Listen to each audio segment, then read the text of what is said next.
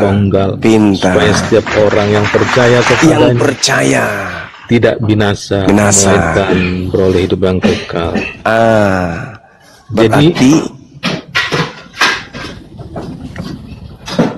Berarti harus percaya. Kalau orang percaya kepada Yesus, artinya nggak boleh percaya kepada penyaliban. Karena Yesus mengajarkan bahwa Matius 5 nomor 19, barang siapa yang meniadakan hukum Taurat meskipun yang paling terkecil, hukum Tauratnya korbannya hewan. Kalau itu ditiadakan, dijadikan sebagai manusia, berarti Anda tidak percaya kepada Yesus. Jangan kau tiadakan hukum Taurat sedikit pun meskipun yang paling terkecil. Kapan kamu tiadakan lalu kau ajarkan kepada orang lain, kau akan menempati neraka. Kalau percaya kepada Yesus, ya jangan percaya kepada penyaliban. Begitu besar kasih karunia Tuhan akan dunia ini sehingga ia menganugerahkan anaknya. Barang siapa yang percaya kepadanya memperoleh hidup yang kekal. Yang tidak percaya mati dalam dosanya. Ketika Yesus mengatakan, barang siapa yang meniadakan hukum Taurat, semisal Imamat 1 nomor 2, berkurban penebus dosa adalah hewan ternak, diganti menjadi pohon atau manusia, maka dia akan menempati neraka. Tuh, kalau Anda percaya ya jangan percaya penyaliban dong. Justru kami yang percaya kepada Yesus. Sedangkan pola yang ingin dijual oleh Paulus apa? Coba lihat di dalam suratnya, di dalam Roma 5 nomor 20. Tetapi hukum Taurat ditambahkan supaya pelanggaran menjadi semakin banyak. Dan di mana dosa bertambah banyak, di situ kasih karunia menjadi berlimpah-limpah. Wajar kalau rumah ibadah dipenuhi dengan kemaksiatan. Kenapa? Karena di mana banyak kemaksiatan, di situ karunia Tuhan berlimpah. Dalil itu dalil. Di mana kemaksiatan itu semakin merajalela, semakin bertambah-tambah, semakin menjamur, disitulah kasih karunia menjadi berlimpah-limpah. Ini ajaran apa kayak helikopter?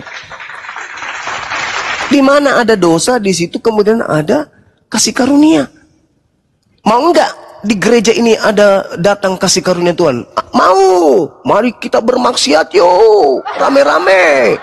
Angkat botol.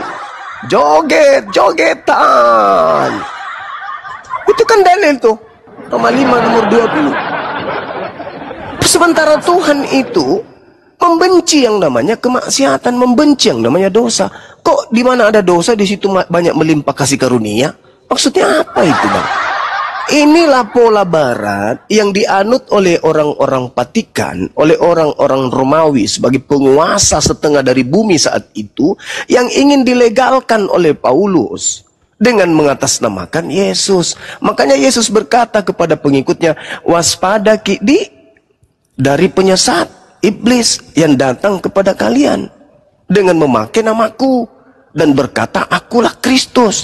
Mereka akan menyesatkan banyak orang. Orang yang banyak yang disesatkan itu ya Kristen. Kristus yang datang kepada Paulus yang mengajarkan dosa ditebus dengan darah manusia, itulah. Sedangkan anak Maria yang datang kepada Bani Israel itu manusia. Sedangkan Paulus mengatakan Kristus Yesus yang datang kepadaku bukan manusia. Nah, kalau bukan manusia lalu apa? Tuhan tidak mungkin. Karena Tuhan tidak mungkin kemudian netek sama wanita. Tuhan tidak mungkin punya nonot. Tuhan tidak mungkin lapar.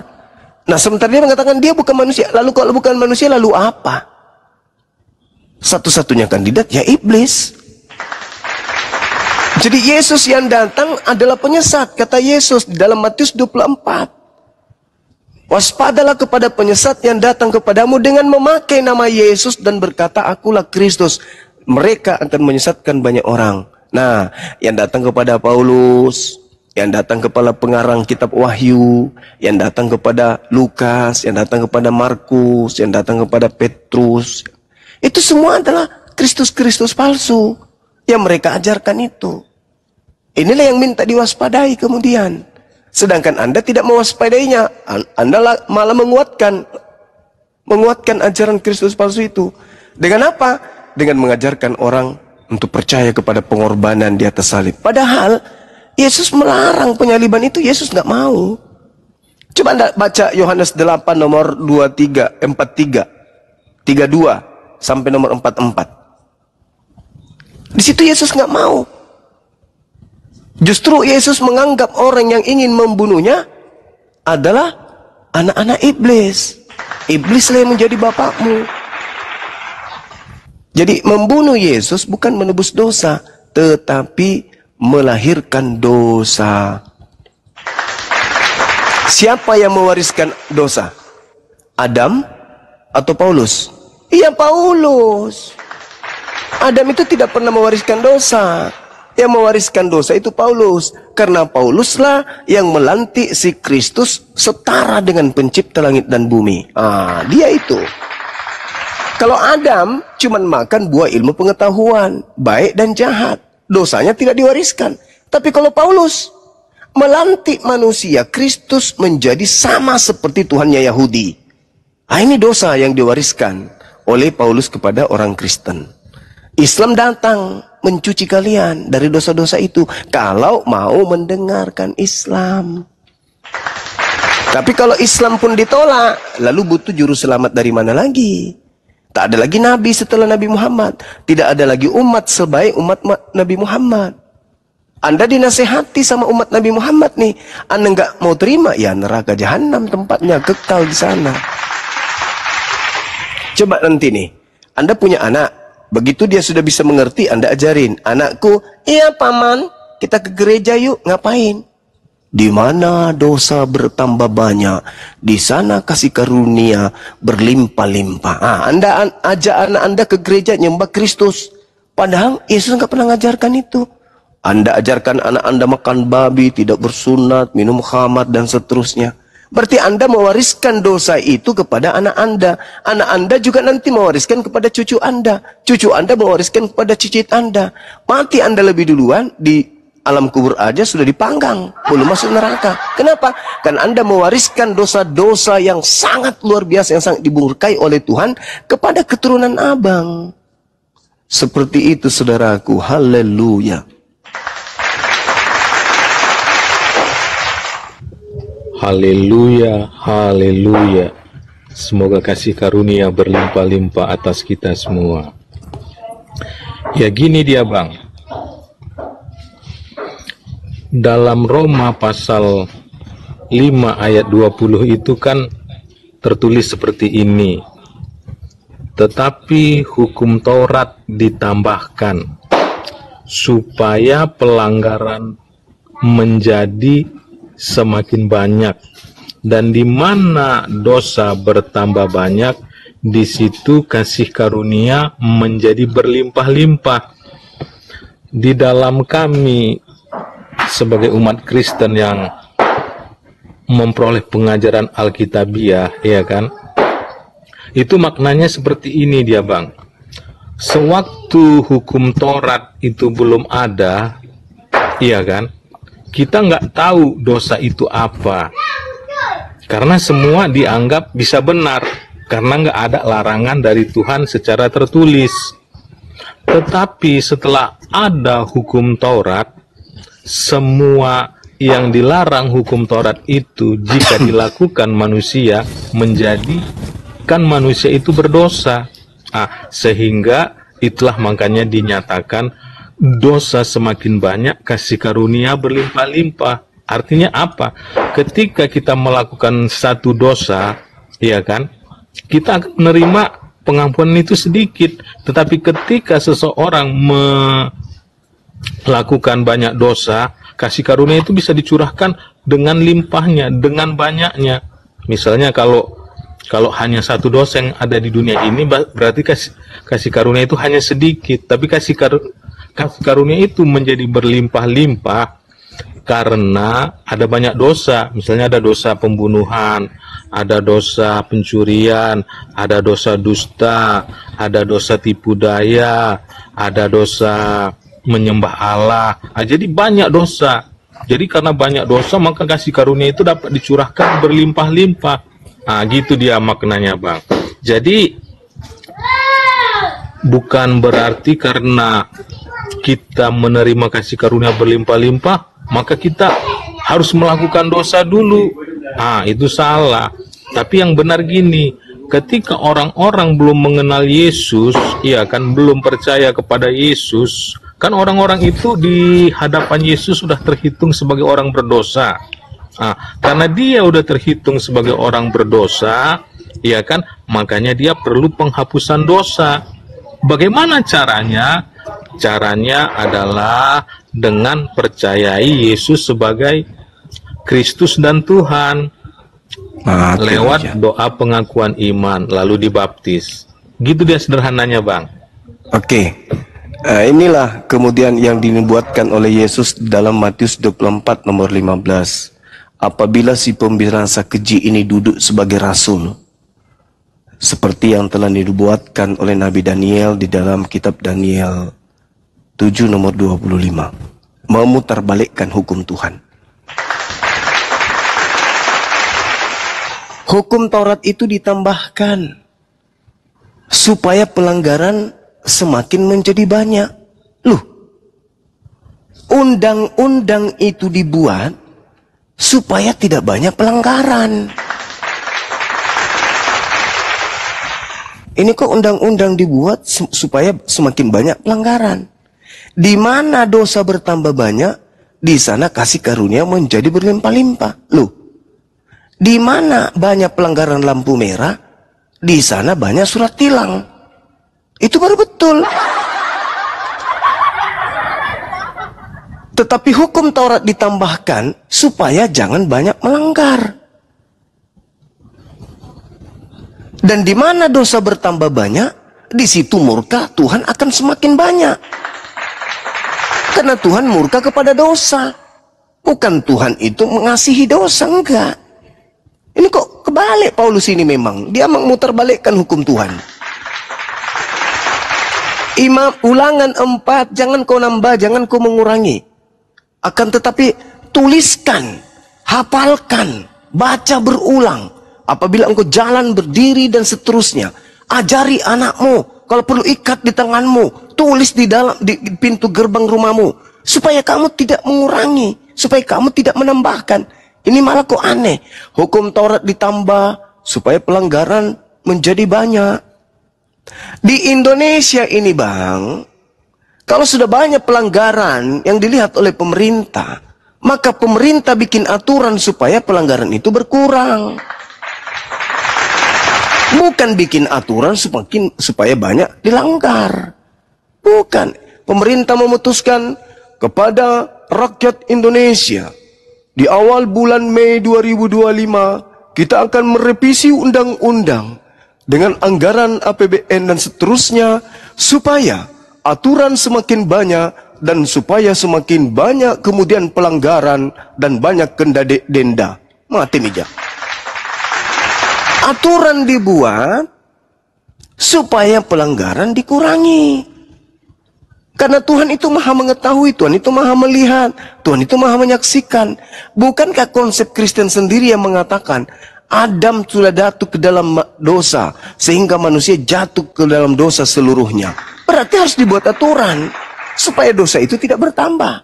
Bukan malah dia bikin aturan supaya bertambah dosa. Ini konsep yang dibalik-balik.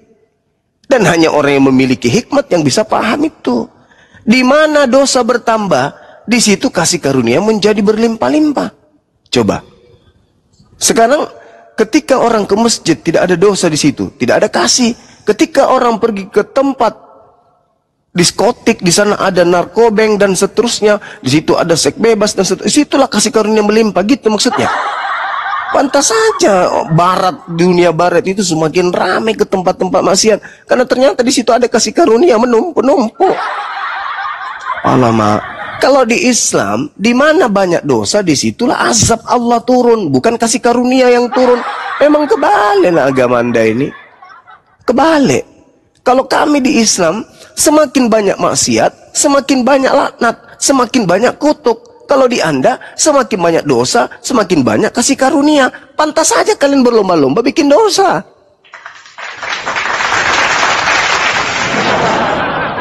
Kan lucu, kitab Anda ini memang lucu. Tuhan di dalam kitabnya orang Yahudi mengatur sedemikian rupa agar damai hidupmu, agar terus hidupmu. Coba dalam Yeremia 31 tuh. Aku akan mengadakan perjanjian dengan Bani Israel dan Bani Yehuda. Apa itu perjanjiannya, Pak? Aku akan menanamkan ke dalam batin setiap Bani Israel hukum Taurat agar mereka bisa hidup. Makanya salah konsepsi Paulus ketika dia mengatakan Kristus telah menebus Kristen dari kutuk hukum Taurat. Sejak kapan Taurat itu kutuk? Justru yang tidak melakukan hukum Taurat itulah yang kutuk. Yang tidak melakukan hukum Taurat itulah yang kena kutuk. Ulangan 27 nomor 26. Terkutuklah orang yang tidak menepati perkataan dengan perbuatan di dalam hukum Taurat. Ya seperti Kristen ini. Bawa-bawa kitabnya Yahudi, seakan-akan mereka penganut Taurat, tapi cuma di mulut doang, tapi tidak dipraktekkan. Babi diambat. Ibadah lari dari Sabat ke Minggu. Jangan ada ilah lain, hanya ada ilah Abraham. Ya, anak Maria juga disembah. Inilah kalian. Bawa Taurat paling hebat. Hari Minggu dilihat udahnya pakai rok pendek, pakai hak tinggi jalan, bawa kitab diketek jalan. Wah, anak-anak Tuhan lewat. Bawa terjemahan kitabnya Yahudi. Cie. Padahal perintahnya di dalam itu bertudung, jaga auratmu. Ya, seakan-akan dia ingin pamer, kami anak-anak Tuhan loh. Tuhan siapa? Tuhan Paulus. Haleluya. Jadi begitu bang, agama Anda itu kebalik memang, kebalik. Dan nanti mereka seakan-akan benar-benar baik ketika Indonesia sudah merdeka. Sebelum Indonesia merdeka, tidak ada kemudian orang dari Kristen yang mampu berkhotbah di lorong-lorong. Marilah kita kepada Tuhan Yesus yang penuh kasih. Dia adalah mengasihi musuhmu. Habis itu kiri kanan meledak, boom, boom. Belanda yang datang bawa agama tersebut menembak, membunuh, membuat jutaan anak jadi yatim, jutaan wanita jadi janda. Nggak ada yang berani karena tidak sesuai dengan praktek. Indonesia merdeka, umat Islam mayoritas, damai Nusantara, barulah muncul satu-satu. Shalom, haleluya, haleluya, haleluya. Tuhan mengasihi kita. Tanah pertiwi ini diberkati Tuhan. Haleluya, haleluya. Oh, Indonesia sudah merdeka, cahayu, telat bangun kalian. Kelamaan diketek penjajah kalian. Udah merdeka Indonesia, baru kalian sopan lewat. Permisi tante, mau kemana? Mau ke gereja. Kami anak-anak Tuhan damai sejahtera. Nenekmu kiper. Kuburan 40.000 jiwa masih panas kap nisannya. Tapi ya nggak apa-apa lah, ya silakan dengan agama saudara. Cuman lucu kalau Anda membantah kitab Anda sendiri. Demikian.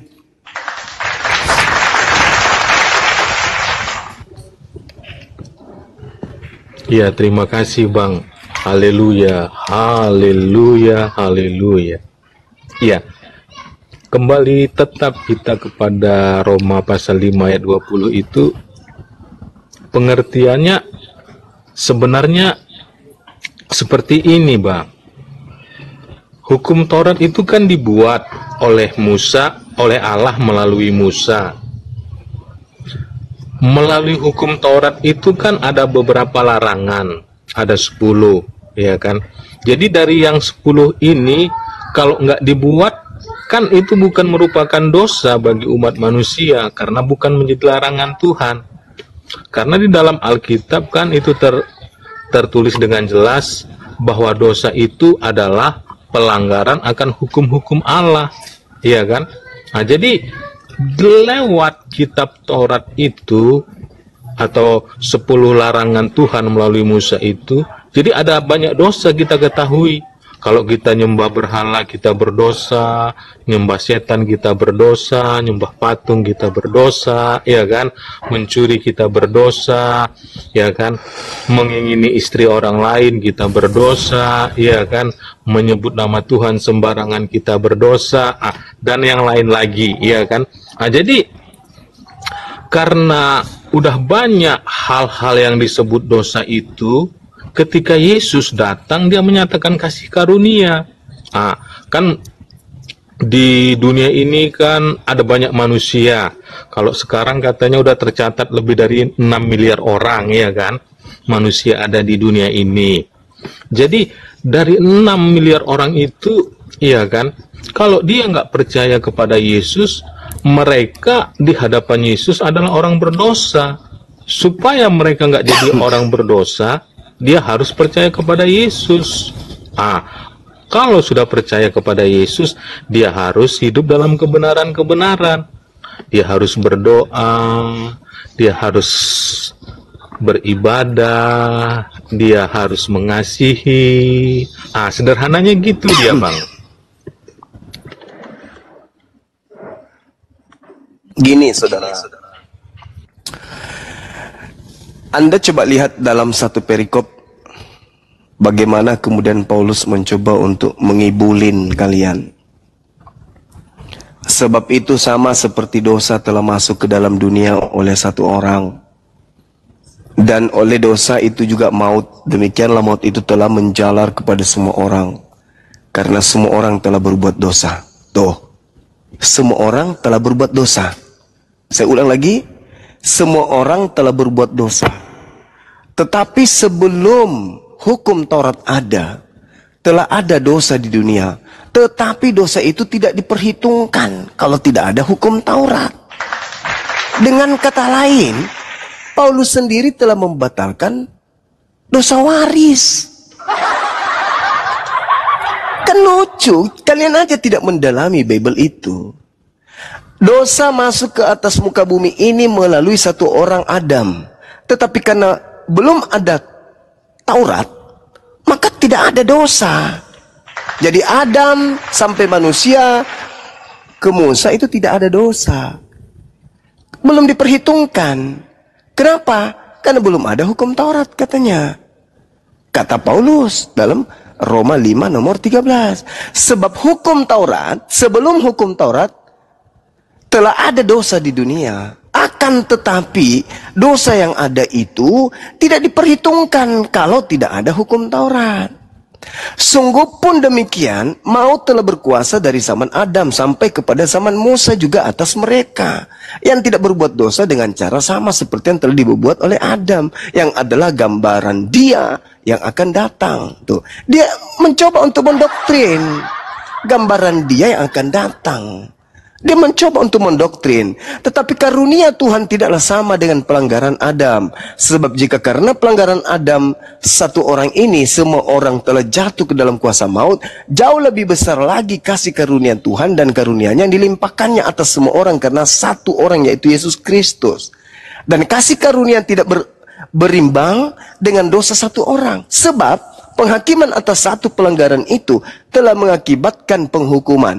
Namun menganugerahkan karunia atas banyak pelanggaran itu mengakibatkan pembenaran. Dia sendiri yang mengatakan kok itu hanya pembenaran. Sebab jika anugerah kebenaran akan hidup dan berkuasa oleh karena satu orang itu, yaitu Yesus. Sebab itu sama seperti oleh satu pelanggaran semua orang beroleh penghukuman, demikian pula oleh satu perbuatan kebenaran semua orang beroleh pembenaran untuk hidup. Jadi seperti orang ketidaktaatan satu orang, semua orang menjadi orang berdosa. Demikian pula oleh ketaatan satu orang, semua orang menjadi orang benar. Tetapi hukum Taurat ditambahkan supaya pelanggaran menjadi semakin banyak. Dan di mana dosa bertambah banyak, di sana kasih karunia menjadi berlimpah-limpah. Supaya sama seperti dosa berkuasa dalam alam maut, demikian juga kasih karunia akan berkuasa oleh kebenaran untuk hidup yang kekal oleh Yesus Kristus Tuhan Kristen. Yang pada intinya, ternyata hukum dosa waris itu tidak dihitung. Nanti datang Taurat, baru dianggap dosa. Kan lucu itu. Tadinya tidak ada dosa waris. Tapi begitu ada hukum Taurat, barulah kemudian dikatakan bahwasanya ada dosa. Artinya apa? Artinya apa? Ketika muncul konsep yang diajarkan oleh Paulus, dulu kesimpulannya saya katakan gini, dulu sebelum ada hukum Taurat, orang mau berzina, orang mau apapun, merampok, membunuh, memperkaos, mencuri, ya, itu tidak dihitung dosa. Itu kata Paulus. Tapi ketika kemudian ada hukum Tuhan dalam Taurat, maka kelakuan-kelakuan manusia yang seperti tadi, yang mengenakan, seks bebas, makan segala-galanya, tidur dengan siapapun, makan dan minum dengan apapun, sehingga kita terbatas lagi karena ada hukum Taurat. Maka hukum Taurat ini harus dikubur, harus ditendang supaya kita bebas kayak binatang lagi. Supaya apapun yang kita lakukan tidak lagi dihitung dosa, sama seperti sebelum hukum Taurat datang. Paulus mengakui itu, saudara, haleluya. Dia mengatakan bahwa dosa memang sudah masuk, tetapi tidak dianggap, tidak diperhitungkan karena tidak ada hukum Taurat. Nah, bagaimana caranya supaya dosa-dosa manusia itu tidak diperhitungkan? Hukum Taurat ini harus dibakar habis. Hukum Taurat ini harus dibatalkan habis. Supaya apa? Supaya manusia hidup bebas kembali sama seperti binatang. Apapun yang dilakukan tidak diperhitungkan dosa. Itu dalil, saudara, haleluya. Jadi Paulus ini datang sama seperti iblis. Iblis datang menggoda Adam untuk meniadakan larangan. Adam, jangan kau mau dilarang-larang. Lakukan semua, makan semua apa yang kau mau makan, minum semua apa yang kau mau minum. Bohong itu kalau kau makan ini kau mati hari ini, bohong. Jangan percaya, makan semua. Begitu juga Paulus, ketika datang hukum Taurat mengatakan jangan makan ini, jangan makan itu, si Paulus yang bertabiat dan berkarakter seperti iblis mengatakan apa? Wahai ahli teng, jangan kau mau diperbudak lagi oleh hukum Taurat. Gak ada itu hukum Taurat, gak ada. Pokoknya bebas, bas. Kau makan sapi teng silakan, kau mau telan pohon silakan, kau mau minum cor panas silakan, aspal meleleh silakan, kau makan kapal selam silakan, bebas, bas. Gak ada lagi hukum-hukum itu, gak ada. Efesus 2 nomor 15. Dengan matinya Kristus di atas salib, dia telah membatalkan kembali aturan Tuhan dengan segala ketetapan yang ada di dalamnya. Dengan dibatalkan hukum Tuhan, maka Kristen hewan berkaki dua. Ini yang dikatakan Al-Quran saya juga. Begitu juga Talmud. Kristen itu dianggap binatang. Al-Quran juga saya mengatakan itu. Ulaika hum syarrul bariyah. Bahkan lebih hina daripada binatang. Karena kenapa? Tipikal Kristen sama seperti iblis yang datang menghancurkan ajaran Tuhan kepada Adam. Haleluya, haleluya. Itulah yang terjadi, saudara. Makanya mau sepandai apapun Anda melilit lidah Anda membawa Roma 5 nomor 20. Intinya, Kristen datang di atas muka bumi ini untuk menghapuskan hukum Tuhan. Mari kita tengok, kasih waktu saya. Ibadah yang dilakukan Kristen hari Minggu, apakah hukum Tuhan? Bukan. Natalan yang dilakukan Kristen, apakah hukum Tuhan? Bukan. Memperingati kelahiran, memperingati kebangkitan Yesus, apakah hukum Tuhan? Bukan. Natalan? Bukan. Pesta akhir tahun? Bukan. Paskanya Kristen? Bukan. Makan babi? Bukan. Tidak bersunat? Bukan. Tidak ada yang dilakukan Kristen itu hukum Tuhan. Tak ada. Sama seperti sibilisisis. Jadi kalau dikatakan iblis datang kepada Adam itu adalah ular tua, maka Paulus yang datang kepada anak manusia itu adalah ular pakai tongkat.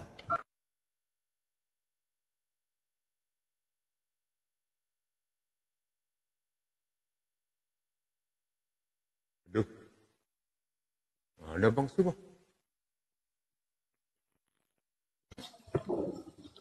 Kena mungkin guru kena tombak kurunda ini. Ya teman-teman, tap-tap layarnya kencangkan dulu tap-tap layar. Tap layar. Nah, kita tunggu Bang Suma ya. Tap-tap layar dulu lah, tap-tap layar. Kencangkan teman-teman, tap layar. Ya, silakan. Haleluya, haleluya, silakan. Ya, Ditanggapi dulu. haleluya, haleluya. Iya. Dari Iya, penjelasan silakan, Bang Bang. Jul, iya dari penjelasan Bang Juma tadi kan, kita juga harus memahami apa arti dosa itu bagi umat Kristen, iya kan? Karena dari situlah kita bisa menentukan dosa atau tidak kan gitu. Di dalam 1 Yohanes pasal 3 ayat yang keempat itu dikatakan bahwasannya setiap orang yang berbuat dosa melanggar hukum Allah. Berarti pelanggaran terhadap hukum Allah itu adalah dosa. Kenapa orang Kristen mengatakan bahwa orang-orang yang hidup di dunia ini mengalami dosa waris? Karena Adam dan Hawa melanggar hukum Allah. Hukum mana yang dilanggar? Hukum jangan memakan buah kehidupan. Itu dia. Tanggapi Bang Bos, sedikit boleh ya? Masuk ya, Bang ya, dikit aja ya. Itu sudah ada Bang Suma. Silakan, silakan. Silakan. Bang Farid, silakan Bang Farid. Silakan. Saya dikit Iya. aja menanggapi. Silakan. Jadi begini saudaraku ya, kalau kita berbicara tentang dosa waris, pada umumnya ya, umat Islam, jujur aja, menganggap sebagai persoalan yang tidak masuk akal. Kenapa demikian? Yang mana bisa kakek dan neneknya yang berdosa, kalau cucu dan seluruh keturunannya terimbas dari dosa, kemudian harus memikul dari dosa waris tersebut. Nggak masuk akal kalau saya memikir secara kasihan. Dosa itu harus ditanggung masing-masing pribadi yang mengarah pada dosa perbuatan. Contoh Bang, saya tahu contoh perbuatan seperti apa: membunuh, mencuri, berzina dan lain-lain sebagainya. Nah, dosa perbuatan tersebut menjadi tanggung jawab masing-masing pribadi. Seperti halnya dosa perbuatan seorang anak tidak akan ditanggung oleh orang tuanya, dan dosa orang tuanya tidak pula oleh anaknya ataupun oleh cucunya. Pernyataan tersebut dapat kita lihat dalam Yeskil 18:20. Orang yang berbuat dosa itulah yang akan mati. Anak tidak akan turut menanggung kesalahan ayahnya, dan ayah tidak akan turut menanggung kesalahan anaknya. Orang benar akan menerima berkat kebenarannya, dan kefasikan orang fasik akan tertanggung di atasnya. Itu ajaran Yesus yang sebenarnya. Itu Bang, cukup itu aja dulu. Silakan mau ditanggapi. Oke Bang Farid. Berunda Bang Suma, terima kasih Bang. Ya, terima kasih. Haleluya, haleluya. Ya, kalau menanggapi penjelasan Bang Farid, ya kan, sebenarnya dalam kitab Taurat itu ada juga dijelaskan tentang dosa waris, tapi dia hanya sampai keturunan keempat. Jadi dosa waris itu sebenarnya dalam hukum Taurat sudah ada dia Bang. Karena gini, masa kita mau terima warisan dari orang tua kita, tapi kita nggak mau menerima warisan dosanya? Sederhananya gitu dia Bang.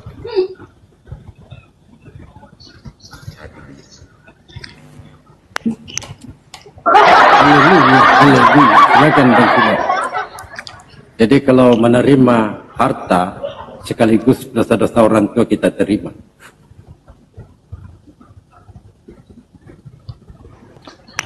Bang PS gini maksudnya, kalau kita sebagai manusia kan senang menerima harta warisan dari orang tua,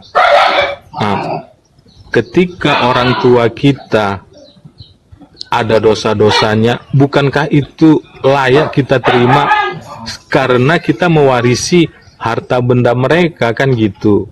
Itu pemikiran sederhananya. Tapi kalau kita kaji lebih dalam sih ada banyak-banyak hal yang bisa disebutkan kepada dosa waris itu. Gitu dia Bang PS. Saya minta Silakan, datanya Nabi Adam Silakan Gurunda. kena kutuk. Saya minta datanya itu Bang. Di ayat Jangan mana minta dikatakan data, Bang. Nabi Adam dikutuk? Enggak ada kalau tembak bahas data Bang, enggak ada. kita memberikan edukasi saja yang di bawah. Ditanggapi Bang. Berunda Iya, baik. Jadi sebenarnya Anda harus mencermati Keluaran 34 nomor 7 itu. Itu bisa saja saya mentafsirkan liar, tapi lebih kena maknanya. Karena tidak cocok dengan pemberkatan yang dilakukan oleh Tuhan di dalam Kejadian 5 nomor 2. Adam keturunannya laki perempuan diberkati oleh Tuhan. Berarti Keluaran 34 nomor 7 itu maknanya bukan kayak begitu. Yang meneguhkan kasih setianya kepada beribu-beribu orang, yang mengampuni kesalahan dan yang mengampuni pelanggaran dan yang mengampuni dosa, tetapi tidaklah sekali-kali membebaskan orang yang bersalah dari hukuman. Orang yang mana? Orang yang membalaskan kesalahan bapa kepada anak-anaknya, kepada cucu-cucunya, kepada keturunan dan yang ketiga dan keempat. Bukan Tuhan. Bukan Tuhan yang membalas dosa orang kepada anak-anak, kepada cucu, keturunan kedua, ketiga. Bukan. Tuhan justru tidak sekali-kali membebaskan orang yang bersalah dari hukuman, yang membalaskan kesalahan bapaknya kepada anak-anaknya, kepada cucunya, kepada keturunannya, dan ketiga dan keempat. Maksudnya kalau ada orang yang dendam kepada bapaknya, kepada cucunya, kepada ini dan seterusnya ke bawah, itu Tuhan tidak sekali-kali membebaskan orang yang bersalah tersebut dari hukuman, karena dia pendendam. Bukan Tuhan yang membalas kepada keturunan kedua, ketiga, keempat dan seterusnya, bukan. Anda jangan mentafsirkan seenak perut, tapi harus Anda kemudian melihat konteks ayat itu, yang meneguhkan kasih setianya kepada beribu-ribu orang, yang mengampuni kesalahan, yang mengampuni pelanggaran, dan yang mengampuni dosa, tetapi tidak sekali-kali membebaskan orang yang bersalah dari hukuman. Siapa orang yang tidak dibebaskan dari hukuman ini? Orang yang membalas dendam kesalahan bapak kepada anak-anaknya, kepada cucunya, kepada keturunan ketiga dan keempat. Itu makna yang sebenarnya. Baru cocok dengan tidak adanya temuan di dalam kitabnya orang Yahudi bahwa Tuhan mengutuk Adam dan keturunannya. Itu yang pertama. Yang kedua, kawan, Anda tidak bisa membantah Paulus ini adalah sibilisisis yang dinubuatkan oleh Yesus sebagai penyesat. Kenapa? Karena dia membatalkan semua hukum Tuhan. Iblis datang tujuannya apa? Membatalkan hukum Tuhan.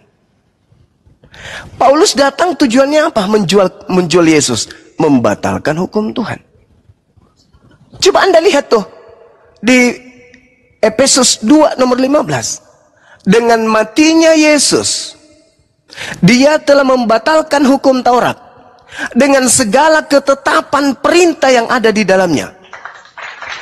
Saya mau tanya kepada saudara, dari mana Paulus mendapatkan pernyataan ini? Siapa yang mengajarkan Paulus mengatakan hal tersebut? Bahwa dengan matinya Yesus, Yesus telah membatalkan hukum Taurat. Bahwa dengan matinya Yesus, Yesus telah membatalkan segala perintah yang ada di dalam hukum Tuhan. Saya mau tanya kepada saudara, Paulus dapat ilmu yang menjijikkan ini dari mana? Silakan. Haleluya, haleluya. Ya gini dia Bang, Paulus ini kan orang pilihan Yesus, ya kan? Di mana Bang? Di mana Paulus memilih, Yesus memilih Paulus? Bukankah di dalam Yohanes 6 nomor 70, Yesus berkata, bukankah aku yang memilih engkau yang 12? Satu di antaramu adalah sibilisis. Tolong di mana tertulis Yesus mengaku dengan mulutnya sendiri bahwa dia telah memilih Paulus? Silakan. Iya Bang, dalam Kisah Para Rasul pasal 9 itu kan, kalau kita cermati itu ada tersirat dan tertulis Bang. Ya, dalam Kisah Para Rasul pasal 9 itu Bang, ayat 1 sampai ayat berapa itu ya?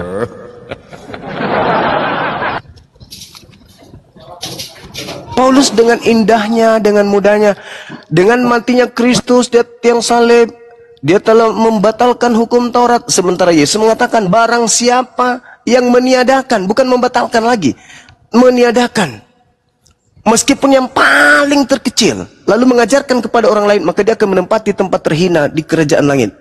Loh, Paulus bukan cuma bagian kecil, seluruhnya dibatalin. Apa bedanya dengan si Bilisis yang datang kepada Adam?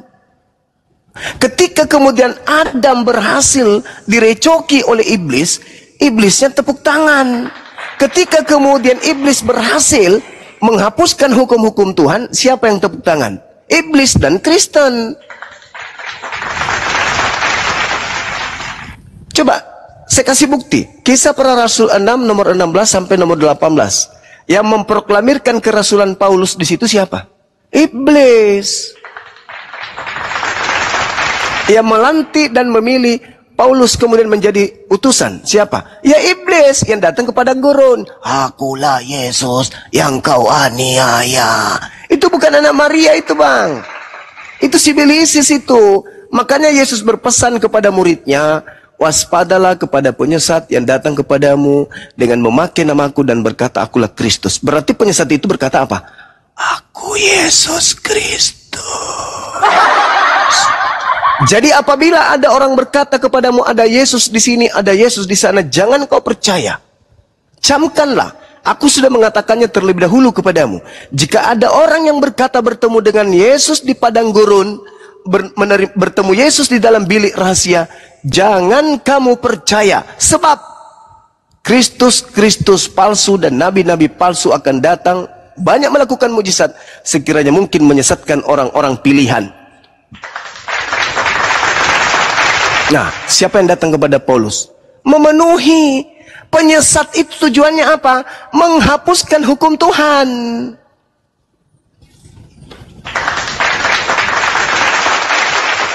Makanya dia katakan, di mana dosa bertambah banyak, di situ kasih karunia berlimpah-limpah. Ya inilah kalian. Coba, siapa yang ngajarin nyembah Yesus? Siapa yang ngajarin ibadah minggu? Siapa yang ngajarin makan babi, tidak bersunat? Coba. Siapa yang ngajarin itu semua? Siapa yang ngajarin kemudian hukum Tuhan itu adalah kutuk? Siapa yang ngajarin hukum Taurat itu sampah? Ya Paulus. Dari mana ilmunya? Abang mengatakan di Kisah Para Rasul 5, Kisah Para Rasul 9. Kisah Para Rasul itu surat yang disusun oleh sekretaris Paulus, yang ditujukan untuk seorang bernama Theophilus. Bukan firman Tuhan itu.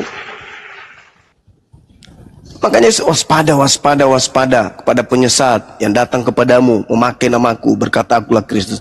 Ya inilah kalian.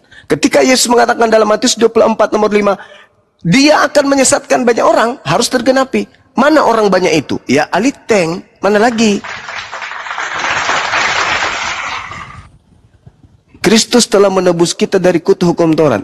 Jadi Kristus yang dimaksud oleh oleh Paulus ini adalah si penyesat itu, yaitu si Bilisis. Bukan anak Maria. Kalau anak Maria sangat berhati-hati. Di dalam Lukas 16 nomor 17, apa kata Yesus sesuai dengan penyelidikan Lukas? Yesus berkata, lebih mudah langit dan bumi lenyap daripada setitik hukum Taurat itu batal. Nah sekarang apakah langit dan bumi sudah lenyap? Tidak. Berarti tidak boleh setitik pun dari hukum Taurat itu batal. Tidak boleh. Kok gara-gara cuman karena ditombak di atas salib mati, tiba-tiba hukum Taurat itu habis? Gimana dong? Tuhan mengatakan dalam Ulangan 4, jangan kau menambah, jangan kau mengurangi. Jangan. Jangan kau tambah, jangan kau kurangi. Jangan. Barang siapa yang meniadakan meskipun yang paling terkecil, lalu mendoktrin kepada orang lain, maka dia akan menempati tempat terhina. Itu kata Yesus loh. Meskipun yang paling terkecil, tapi Paulus mengatakan apa? Dengan matinya Yesus di atas tiang salib, dia telah membatalkan hukum Taurat beserta segala ketetapan ketentuan yang ada di dalamnya. Maka yang tepuk tangan siapa? Itu tadi Anda mengatakan sudah ada hukum, tapi hukum dosa itu tidak dihitung. Kenapa? Karena belum ada hukum Taurat. Makanya harus hukum Taurat ini dihilangkan supaya kita bebas melakukan apa saja. Makanya Paulus itu mengatakan segala sesuatu halal bagiku, Segala sesuatu boleh untukku. Segala daging boleh kau makan. Semuanya bisa. Semuanya tak ada lagi larangan. Nah itulah saudara. Coba Anda lihat di Kolose 2. Apa kata Paulus? Karena itu janganlah kamu biarkan orang menghukum kamu mengenai makanan dan minuman. Janganlah kamu dihukum karena hari raya, bulan baru, atau hari Sabat. Jangan. Semuanya itu hanyalah bayangan dari apa yang harus datang. Sedang wujudnya adalah Kristus. Saya coba lihat. Jangan lagi kau mau diatur tentang makanan minuman. Jangan. Jangan lagi kau mau diatur Natalan segala macam. Pokoknya kau bikin saja yang membuat hatimu senang. Karena semuanya itu hanya merupakan bayangan akan datangnya Kristus. Kristus siapa yang ente maksud, Paulus? Kristus yang datang kepadaku dong. Yang bukan manusia dong. Yang berkuasa atas dunia ini dong. Siapa yang diberi kuasa atas dunia ini? Ya, Sibilisis. Makasih, Akhizul. Gitu saudaraku. Jadi ya, haleluya, haleluya. Silakan Anda berhaleluya, silakan Anda berhalusinasi, tetapi tidak pantas kemudian Anda memperbodoh diri dalam waktu yang panjang, karena ini bahaya untuk keselamatan Anda. Silakan.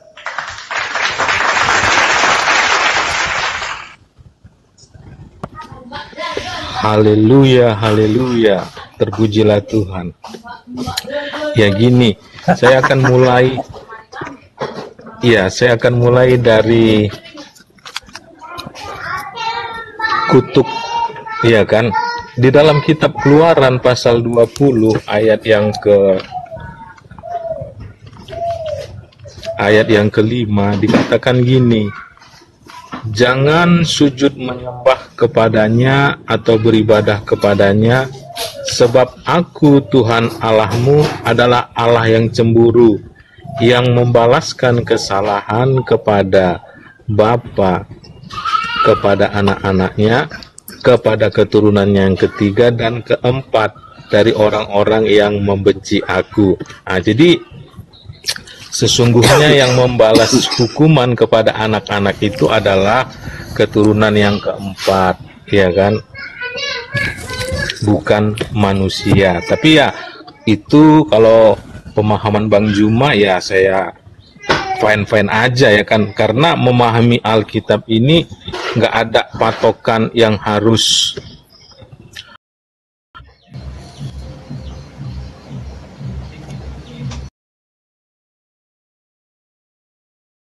sepuluh supaya kita dapat nilai 8, supaya dapat nilai A atau selainnya, ya kan?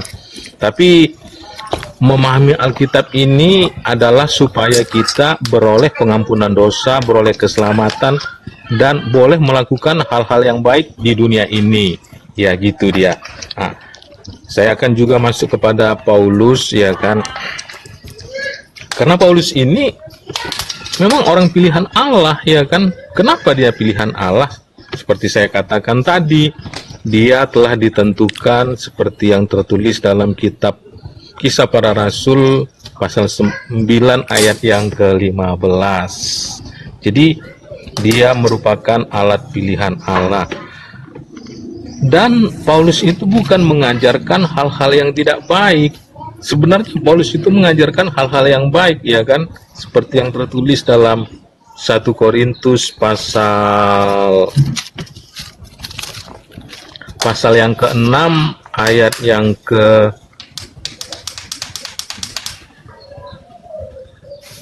yang ke-9b.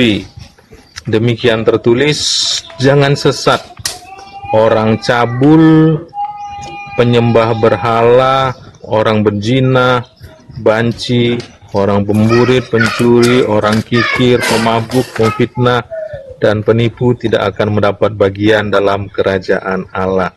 Jadi sesungguhnya Paulus itu adalah sungguh orang pilihan Allah bagi kami umat Kristen. Ya gitu aja dulu Bang. Silakan. Oke. Baik. Inilah yang saya katakan, ya. Yesus itu sudah mengatakan, menubuat iblislah yang menjadi bapakmu, dan kamu mau melakukan keinginan-keinginan bapakmu Sibilisis ini. Anda mengatakan Paulus berlarang kita memburit, jangan mencabul, jangan begini dan begono. Hah, hebat kali. Sekalian aja, jangan menyembah Tuhan lain selain daripada Tuhannya Elohim. Jangan kau begini dan begono. Sekalian aja semuanya diatur oleh Paulus. Tapi ingat, sebelum Paulus kemudian lisannya untuk ditaatin, terlebih dahulu perintah-perintah Tuhan dia batalkan. Perintah Tuhan semuanya dia batalkan. Habis itu dia tampil sebagai Tuhan. Jangan kau berzina. Padahal sudah lebih dulu diajarkan oleh Tuhannya orang Yahudi. Jangan kau berzina. Jangan kau bersaksi palsu. Tapi dibatalin. Habis itu dia daur ulang. Jangan kau berzina. Jangan kau membunuh. Jangan kau bersaksi dusta. Jangan kau memburit. Wah, jadi orang Kristen tidak melakukan itu semua, taatnya kepada siapa? Ya taatnya kepada Paulus. Paulus dong. Paulus dong.